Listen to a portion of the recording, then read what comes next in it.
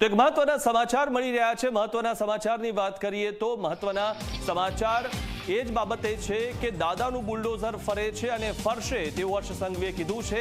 જે પણ ગેરકાયદેસર હશે તે તૂટશે। ગૃહ રાજ્યમંત્રીએ બુલડોઝર એક્શન ચાલુ રહેવાના સંકેત આપ્યા છે। હજુ પણ દાદાનું બુલડોઝર ફરશે। ગૃહ રાજ્યમંત્રીએ બુલડોઝર એક્શન અંગે આ મોટું નિવેદન આપ્યું છે કે દાદાનું બુલડોઝર આગળ પણ ફરશે। ટૂંક સમયમાં રાજ્ય સરકાર ટોલ ફ્રી નંબર પણ જાહેર કરશે। જ્યાં ડ્રગ્સ વેચાતું હશે તો જનતા જાણકારી આપી શકે છે।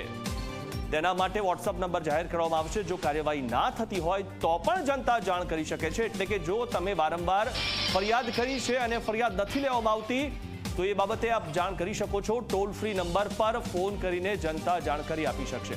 આ વિશે વધુ માહિતી મેળવી અમારા સંવાદદાતા હિતલ પારેખ પાસેથી।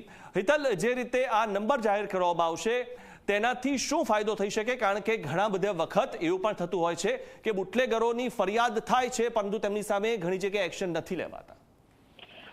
જી ચોક્કસ મિથુન, એવું કહી શકાય કે આજે ગૃહમંત્રીએ ગૃહ વિભાગની માંગણીઓ પર જવાબ આપતા સ્પષ્ટ રીતે કીધું છે કે આગામી દિવસોમાં એક ટોલ ફ્રી નંબર જાહેર કરવામાં આવશે કે જેનાથી ક્યાંય પણ રાજ્યમાં ક્યાંય ડ્રગ્સ વેચાતું હોય કે અન્ય કોઈ માહિતી મળે અથવા કોઈ ટપોરી ગેંગ હોય અને કોઈને હેરાન કરતી હોય, આ તમામ વસ્તુઓની જે વાત છે એ સીધી રીતે આ ટોલ ફ્રી નંબર ઉપર જણાવી શકશે।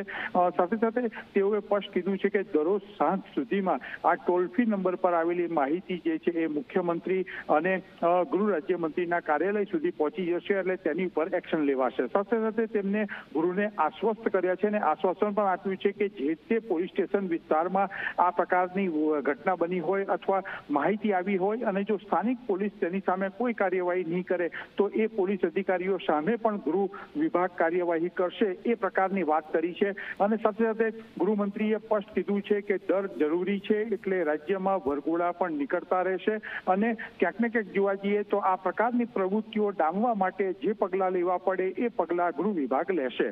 જી આભાર હિતલ, માહિતી આપવા બદલ। તો દાદાનું બુલડોઝર ફરે છે અને ફરશે તેવું નિવેદન હર્ષ સંઘવીએ આપ્યું છે। ગૃહ રાજ્યમંત્રીએ બુલડોઝર એક્શન અંગે નિવેદન આપ્યું। ટૂંક સમયમાં રાજ્ય સરકાર ટોલ ફ્રી નંબર જાહેર કરશે। મુખ્યમંત્રી અને ગૃહ રાજ્યમંત્રીને દરરોજ સાંજે માહિતી મળશે। ડ્રગ્સ વેચાતું હશે તો જનતા જાણકારી આપી શકશે। જો કાર્યવાહી ના થતી હોય તો પણ જનતા જાણ કરી શકશે। એટલે કે તમે કોઈ ફરિયાદ કરી હોય ને કોઈ પોલીસ સ્ટેશનમાં ફરિયાદ ના લેવાતી હોય તો તેની પણ આપ જાણ કરી શકો છો। ટોલ ફ્રી નંબર પર ફોન કરીને જનતા જાણકારી આપી શકશે। ટપોરી સામે પોલીસ સ્ટેશનમાં કાર્યવાહી નહીં થાય તો પણ સરકાર પગલાં ભરશે।